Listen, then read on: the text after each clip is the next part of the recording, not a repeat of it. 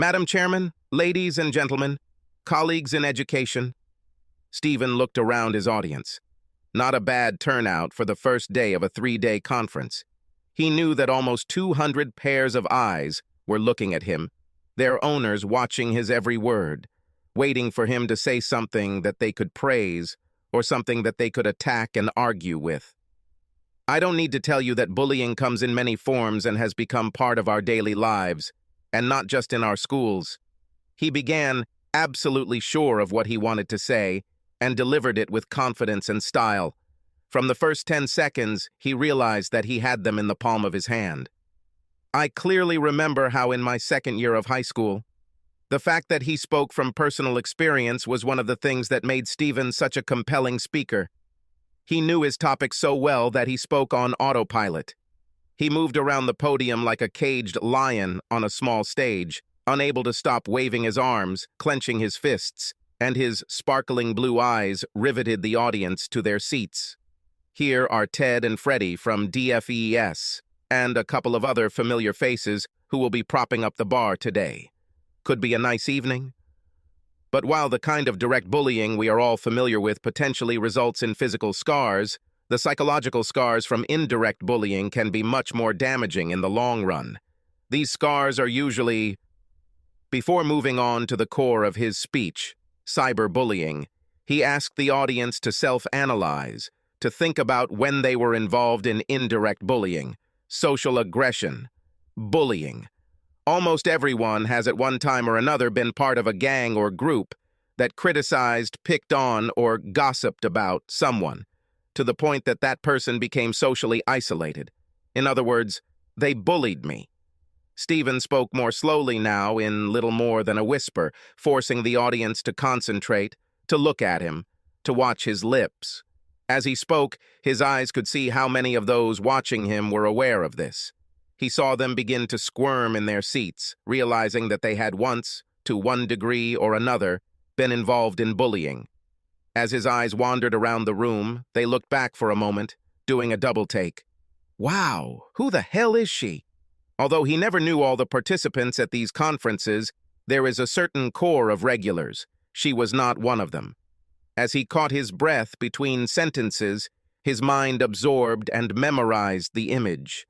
Short, blonde, impeccably styled hair, gold, and what appears to be diamond earrings with a matching necklace. The white silk blouse is unbuttoned just enough to show that she is sexy and confident, but definitely not patient. Summer business suit, two-piece, peach-colored, expensive, tailored, perfect for her skin color. From his vantage point on the low stage, the skirt showed a hint of thigh. It's enough to bring up the old question in any man's mind. Stockings? In fact, no different from indirect bullying. It simply gives bullies an additional and globally common toolkit to increase suffering. Stephen was approaching the climax of his speech. The whole timbre of his voice was evangelical. He urged his acolytes to examine themselves, to ensure that they avoided harming others, no matter how innocent it might seem. But even more so, urging them to be vigilant and use the tools and techniques he spoke about to help eliminate bullying in our educational institutions and workplaces. So, that's it. Thanks for reading. I hope this was an hour of your time well spent and that you put into practice some of the techniques we've discussed to make our schools happier environments for all of us. Thank you. The applause was louder and more enthusiastic than at most similar conferences. Stephen acknowledged them with polite nods, but stood even taller on stage with a boyish grin. The chairman formally thanked him, mentioned a couple of key points, asked Stephen a prearranged question to start the conversation, and then opened the discussion. She was lively, and the audience's attention remained riveted throughout. Just like Stephen's attention is on the woman in the peach suit. He almost forced himself not to look into her eyes, but when he did, her sparkling eyes and glossy lips, not bright red, but soft and perfect for her suit, smiled back at him. During the coffee break, Stephen found himself surrounded by people who wanted to ask him a question or get his advice on a particular situation, but were either embarrassed or did not have the opportunity to do so during the question and answer session. the entire time he was answering questions and listening. He was aware that his eyes had a mind of their own as they scanned the room, looking for a peach-colored business suit. If she was nearby, she was nowhere to be seen. As the second meeting began and the delegates returned to the main conference room, Stephen stepped back a little, his eyes darting around the crowd, trying to find her. With only a few people left, he was just about to enter the hall when she hurriedly entered through one of the other doors.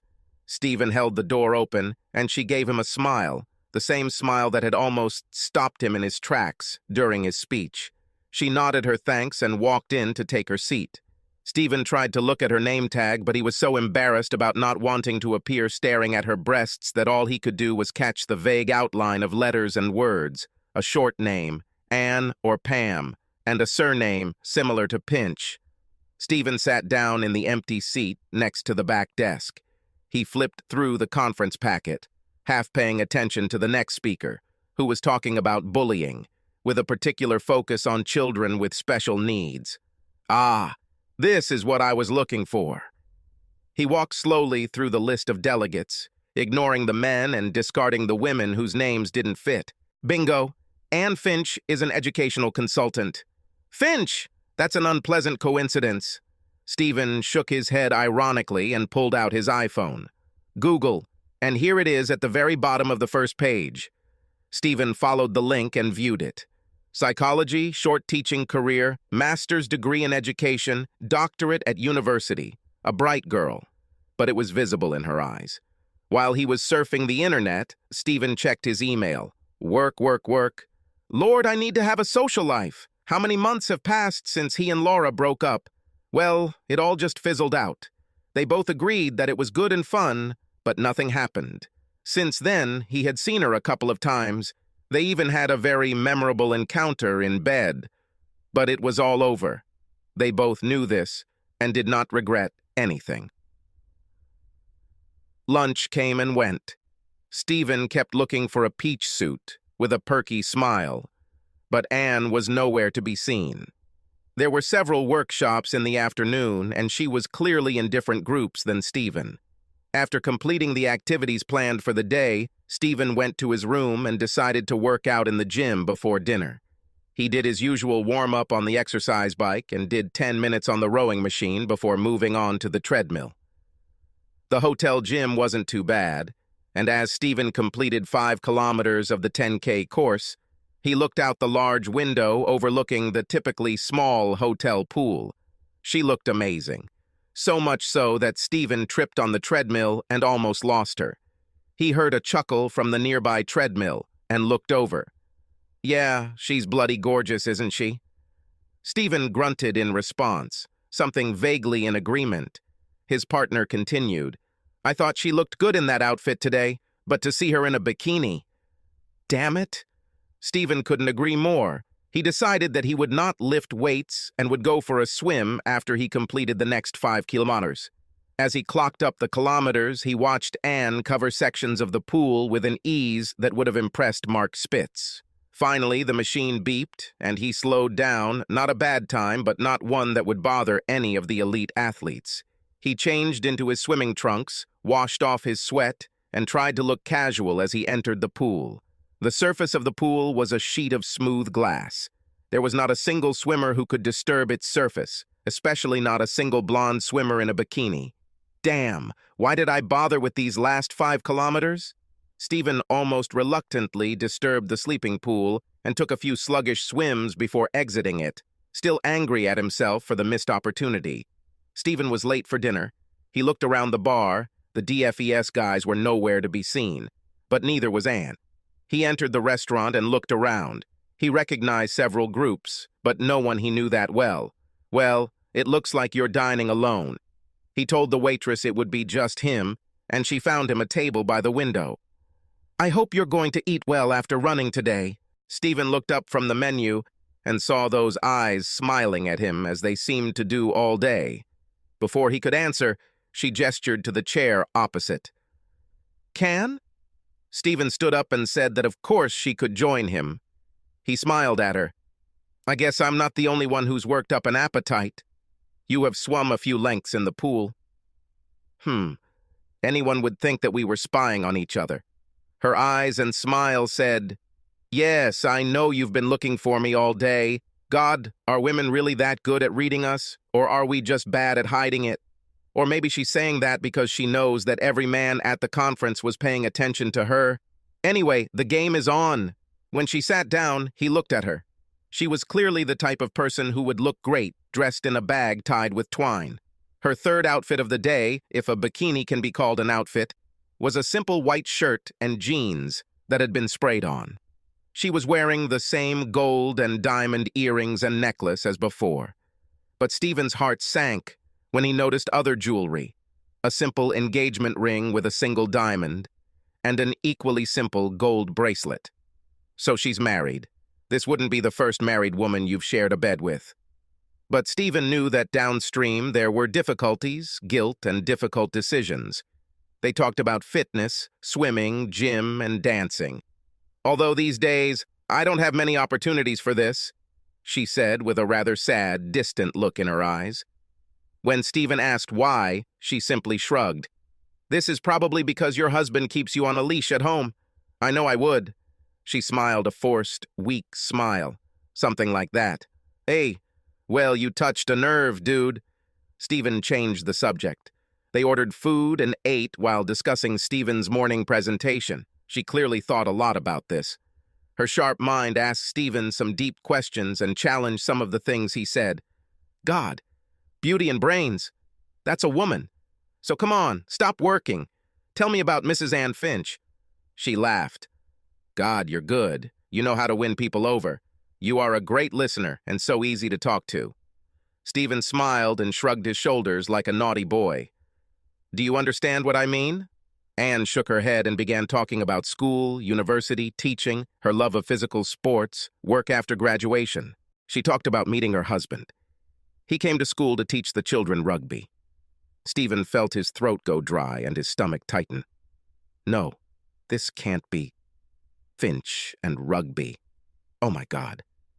Stephen took a deep breath and, in as correct a manner as he could muster from his dry mouth, with his heart pounding, asked, "So, where was the school where you taught when you met?" "Oh, David was the coach of the local rugby club. The school was—" Stephen barely heard the end of the sentence. As soon as she said David, he understood. He knew where the school was. The last piece of the puzzle fell. David Finch. David fucking Finch. He hurriedly grabbed the wine and took an oversized sip. He coughed. "Are you okay?" "Sorry, it just didn't go there." It was his turn to smile weakly. She reached out and touched his arm, worrying, giving way to a smile in her eyes. When he assured her that he was fine, he turned his hand over and took her slender, graceful, immaculately manicured fingers in his. She did not try to pull her hand away, and her eyes again became sparkling and smiling. At that moment, he realized that they would sleep together. If not today, then someday. He knew it. She knew it. He looked at her. Bright. Very bright. Beautiful. Stunningly beautiful.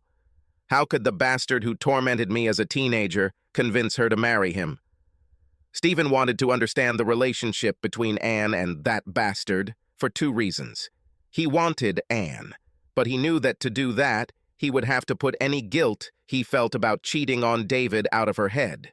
To do this, he needed to understand their relationship. But he also wanted to know how he did it. This woman was far from stupid, so how could he deceive her? And did he mock her? One day a badass? They continued to hold each other's hands as they talked. Stephen gently stroked and caressed her hand, as if it were made of precious, fine porcelain. They laughed together, they were serious together, they argued and agreed, and they grew closer with every sentence spoken.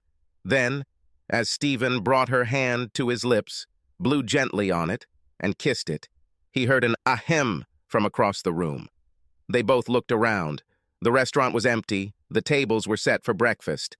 They were so carried away by each other that they did not notice that everyone had already left long ago. They walked from the restaurant to the elevators hand in hand, like lovers who had known each other for months. Stephen asked if she wanted another drink. saying that he had a very nice minibar in his room. She stopped, turned to face him, and took both his hands in hers. "You have no idea how much I would like this, but I just can't. I'm sorry." The elevator beeped and took with it everything that Stephen was about to answer. They went inside. He pressed 10, she pressed 6. The doors closed and he gently pulled her into his arms, pressed his lips to hers, and the kiss was what he knew it would be. When he ran his hand over her chest, she let out a small sigh. Then the elevator stopped and she pulled away from it, grinning. Stephen put his foot on the door to keep it from closing. "Breakfast at 8? She lowered her eyes, then looked at him and smiled. "What do you think?" She then quickly stood on her tiptoes and kissed him on the cheek. "This is as a sign of gratitude for a wonderful evening." And she turned and left, leaving the cloying smell of her perfume in Stephen's head. Stephen came down to breakfast at 8 o'clock in the morning. He noticed her at a small table by the window. Approaching her, he decided that she was even more magnificent than he had thought the day before. She was wearing a pink blouse and blue trousers, apparently the bottom half of a business suit. She spotted him a few yards away, flashed her Blackpool Illuminati smile, stood up and kissed him on the cheek. "Good morning, Dr. Barnes." Her perfume filled his head as he answered, "Good morning, Dr. Finch." He sat down, instinctively reaching across the table for her hand. "Looks like we're picking up where we left off." He nodded in agreement and smiled at her. Breakfast passed in light conversation and smiles. As they were leaving, he casually suggested that instead of having dinner at the hotel that night, why don't they go out somewhere? For a few seconds, that slightly haunted, melancholy look returned to her. "I would love to, but unfortunately I can't. I'm leaving at lunchtime today. I'm afraid I have to go back. The bottom has fallen out of Stephen's world." But you can't leave?" "Sorry, but I really need to leave." He grabbed her hand and turned her to face him, but when he saw the look in her eyes, everything he was going to say flew out of his head. He simply looked at her and nodded. At the first session, Stephen could not concentrate.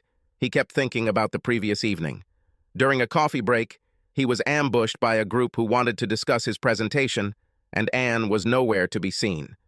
Just like the previous day, she arrived when the break was over and, putting down her mobile phone, hurried to take her seat. The last session before the lunch break was a panel discussion. Stephen was in front, on the panel. As questions were asked, one or the other group member answered. It wasn't him the entire time. Stephen's gaze was fixed on Anne, who was always looking at him. Those eyes, that smile, made his stomach hurt. "So what do you think about this, Stephen?" "Oh, sorry. Could you repeat that?" I got a little distracted, still thinking about the previous question. Out of the corner of his eye, he caught Anne's giggle and nearly missed the question a second time. In the end, he recovered spectacularly and was back in shape. When the session ended, he was again surrounded by people who wanted to discuss things with him. What the hell is going on with these people? There's free food here. Why don't they want to eat? To tell the truth, he didn't want to eat. He just wanted to say goodbye to Anne. Apologizing, he walked away. He looked around the dining room. No, not here. He ran down the stairs into the hall, just in time to see the wheels of the small suitcase that the same blue business suit was carrying disappear through the front door. He approached her as she opened the taxi door. "Aren't you going to say goodbye? You're surrounded, and I have a train that won't wait for me. Can I see you again?" She looked at him, and her head tilted to one side, and the smile was like a spring morning. "You can't even imagine how much I would like this." Then the haunted look returned, and she looked at her shoes. "But I really can't." Then, in an echo of the previous evening, she stood up on her tiptoes, kissed him on the cheek, and turned to get into the taxi. Stephen never acted impulsively, but everything has its time. He grabbed her hand and pulled her towards him. Their lips met. He felt how her body tensed. and thought that she would now pull away from him. A moment later, her entire body relaxed into the kiss. Half a minute later, she pulled away from him, touched his cheek, and, without saying a word, climbed into the taxi. Stephen watched her disappear in the direction of Euston. His mouth was dry, and the emptiness inside turned into a cave. Every time Stephen checked his email in the days after the conference, he hoped that he would find a note from Anne. Nothing. Sure, he could have emailed her. He got her email address from the conference organizers. But no, the contact had to come from her. Then, a couple of weeks later, he was preparing a presentation when Outlook beeped, and a message from Finch Anne appeared in the bottom left corner of the screen. Stephen read it 3 times, each time becoming more and more confused. What the hell is this? She wrote how much she enjoyed his performance and meeting him. She asked him about something that they discussed for a long time and came to a common opinion. She said she really hopes she can hear him speak again soon. It was all strange, friendly, but formal. She knew that he would. Remember this conversation. They even laughed at him at breakfast. This is a code, she just says. Hello, and I haven't forgotten you. All this added fuel to Stephen's suspicions regarding Anne and David Finch. 24 hours later, almost to the minute, another email arrived. Stephen almost ignored him, almost ignored the letter that would change his life. It was not a letter from Anne, but from someone whose name he did not recognize, so he almost ignored it. But the only thing that saved the letter from shame in the deleted items folder was the title, Reminder, Class of '92 Reunion. He vaguely remembered that the same letter had arrived several weeks ago, but then he had not the slightest desire to return to meet his classmates. But now there was a very good reason to go. Revenge. He was going to go. He was sure David fucking Finch would be there, showing off his gorgeous, long-suffering wife. And he, Stephen, was going to go and steal his wife right from under his nose. That kiss wasn't fake. He knew that she had feelings for him. And the encrypted letter proved this. Stephen read the mail, just a few days off. In a few days, he will change everything. Revenge. Payback for years spent in poverty. Stephen was deliberately late in arriving. He didn't want to hang around waiting for Anne and David fucking Finch to arrive. He wanted them there. His senses were bombarded by the noise from the dance floor and the smells of perfume and aftershave. Some cheap, some very expensive. As for his eyes, all of his former classmates had changed. Some were recognizable and some were not. Tension squeezed his chest into an increasingly tight fist, and his mouth went dry. Come on! For the last 10 years you've been preaching about standing up to bullies. Now it's your turn. It's not that easy, is it? Get a grip, damn it! He looked around the room for her face. Too many people. Hello, Steve, isn't it? Hi, yes. Sorry. This is Alan. Remember? I didn't have a beard when I was 16. I'm glad to see you. And Alan left to surprise someone else. Stephen looked at the dancing people. No, not there. Then the groups huddled around the bar. No, and not near food either. He knew it was her, although she was sitting with her back to him. A group of half a dozen people sat at a table. Stephen took a deep breath, exhaled, and went to walk a few meters to meet his sworn enemy. David M.F. sat opposite his wife, facing Stephen. As Stephen approached, he raised his head. A smile, or was it a grin? Hi, all. Remember me? Anne's head jerked as if someone had pulled a string. Her mouth became oval. The 2 other seated men stood up to shake Stephen's hand. Damn David Finch. Didn't move. Ignorant bastard! Stephen looked him in the eye and extended his hand. Hello, David. And then he saw the wheels and stopped. Hey, Steve, I'm very glad you came. I know you know Anne. He laughed, a genuine laugh of amusement, not a smirk. Although I see that she had no idea that we knew each other. Stephen knew that his face must look the same as Anne's face a few minutes ago. For the first time in many years, he was completely speechless. Come on, Steve. Or is it Stephen now? Come on. I'll buy you a drink. Anne stood up, but David shook his head. It's okay. Stephen can push me through the crowd. One of the benefits of being disabled is that people try to avoid you. Stephen didn't need to push. David's upper body was probably as good as anyone else's that evening, and he handled the wheelchair with ease. They took their drinks, but instead of returning to the table, David headed outside. We need to talk.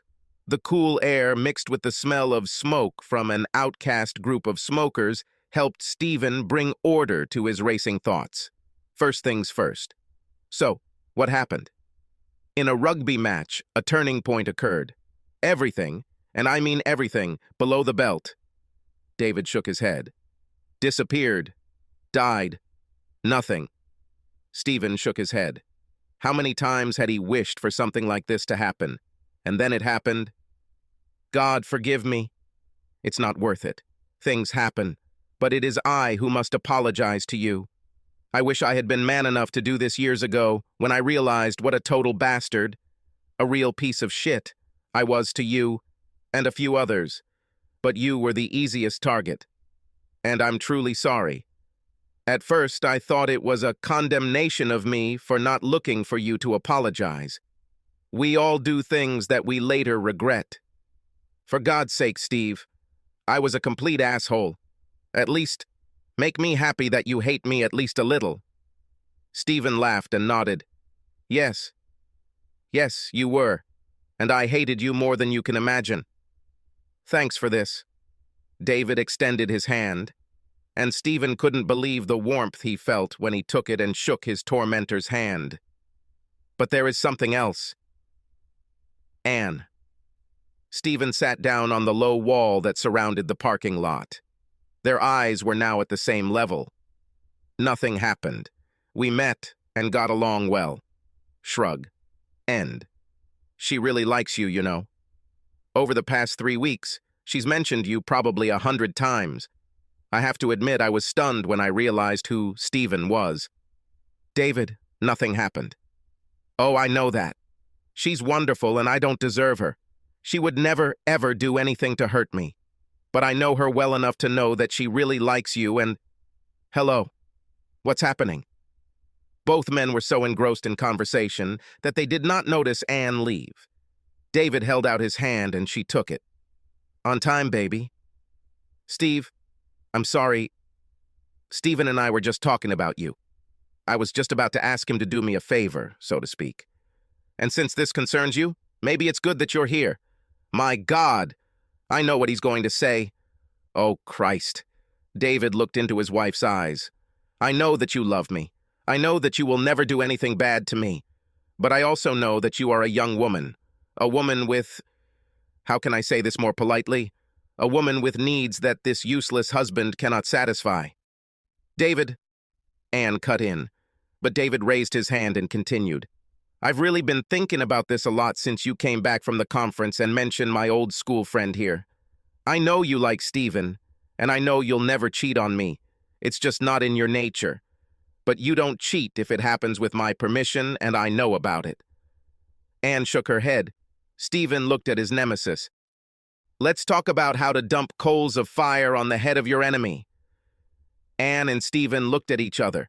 For the second time, in a short period of time, he was speechless. Listen, you two. I'm not suggesting that you're going to jump into bed tonight, but if you want, that's great. Just don't be afraid to see each other and let what happens happen. Stephen spoke first. I just don't know what to say. I know that you like each other. Just get to know each other better, and if in 2 years she wants you and not me, then that's life. Like I said, things happen. It's not just my happiness that's at stake. This is Anne's happiness and yours, and I gave you 7 years of absolute hell. David shrugged and smiled. Time to pay. Subscribe to our channel so that your second chaff doesn't cheat on you, and go ahead and listen to the next story, because this story is nothing compared to the next one. If you're under 18, don't even think about listening to the next one.